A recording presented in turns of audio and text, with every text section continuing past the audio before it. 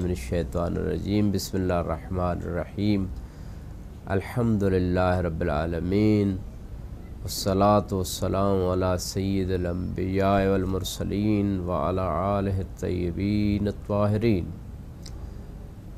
अज़्ज़न मोहतरम, बात चल रही थी कि अखलाक अहले बैत अलैहिस्सलाम जो कुरान से माखूज़ है और कुरान के मुताबिक है और कुरान उनके अखलाक आलिया का बेहतरीन नमूना है और वो उनकी हस्ती और किरदार कुरान की तर्जमानी है। वो कुरान के मुवाफ़िक हैं, कुरान उनके साथ है, वो कुरान के साथ है। अल कुरान मअली व अली मअल कुरान, जैसे कि रसूल इस्लाम ने फरमाया। लिहाजा अगर हम दिल को पाकीज़ा बनाना चाहते हैं, अखलाक आलिया को हासिल करना चाहते हैं, तो हमें कुरान को समझना चाहिए, कुरान से उन अखलाक आलिया को अपनाना चाहिए और अखलाक की बुलंदियों को हासिल करने के लिए हुब्ब परवरदिगार का होना ज़रूरी है। हुब्ब परवरदिगार ही वो ऐसी अज़ीम नेमत है, ऐसा तोहफ़ा है, ऐसा गिफ्ट है इंसान के लिए, जिसके ज़रिए से इंसान तमाम मुश्किलों से, तमाम परेशानियों से निजात पा सकता है। तमाम मसाइल का हल है इसके अंदर।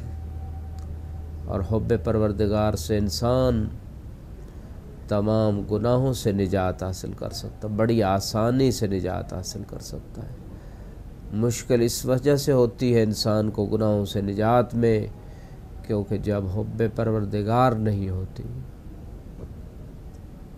महबूब की मोहब्बत में गलत चीज़ों को छोड़ना तो बहुत आसान होता है, बहुत आसान होता है, क्योंकि मुहिब अपने महबूब को हर कीमत पे राज़ी करना चाहिए। इस नंबर आयत में अल्लाह सुब्हानहू तआला ने वो चीज़ें ज़िक्र की हैं जो आम तौर पे हमारी ज़िंदगी में उनका दखल होता है और उन चीज़ों की वजह से इंसान या खुदा की मोहब्बत से दूर हो जाता है, या अगर उन चीज़ों को वैसे अपना ले जैसे अल्लाह की रज़ा है, तो अल्लाह और रसूल की मोहब्बत के दायरे में दाखिल होता चला जाता है।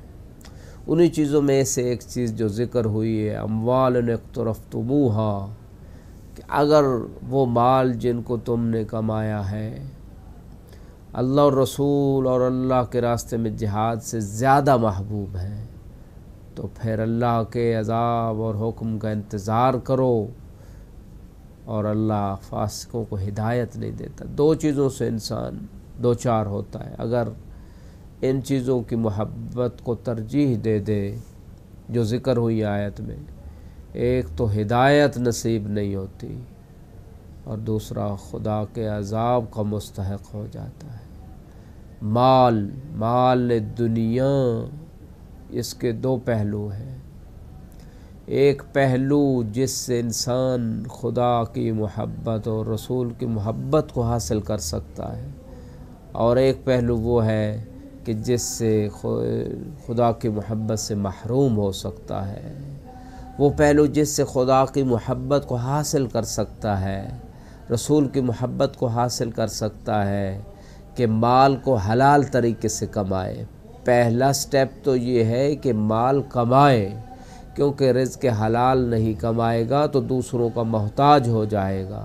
जब दूसरों का मोहताज होगा तो सवाल करेगा, जब सवाल करेगा तो रोज़े क़यामत उसका दर्जा कम हो जाएगा। और बेजा सवाल करने वाले के बारे में रिवायत में मिलता है कि रोज़े क़यामत उसके चेहरे के ऊपर गोश्त नहीं होगा।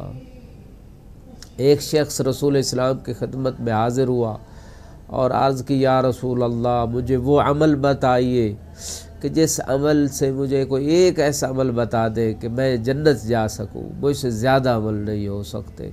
आपने फरमाया, सवाल न किया करो। तो उस शख्स ने जब ये बात सुनी, यहाँ तक कि अगर वो किसी सवारी पे सवार होता और उसके हाथ से वो सवारी को लगाने वाला कोड़ा भी गिर जाता तो किसी से सवाल नहीं करता था कि मुझे उठा के दे दो।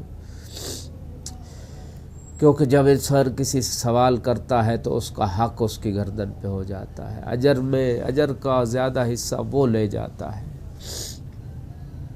لہٰذا انسان غور کرے کہ مال، پہلے تو بات ہے مال رزق حلال کمائے تاکہ اپنے اور اپنے خاندان والوں اور دوسرے مومنین کی حاجات کو پورا کر کے قرب خدا حاصل کرے، اور قربۃ اللہ جب مال کمائے گا تو یہ رزق حلال کمانا بہت بڑی عبادت شمار ہوتا ہے۔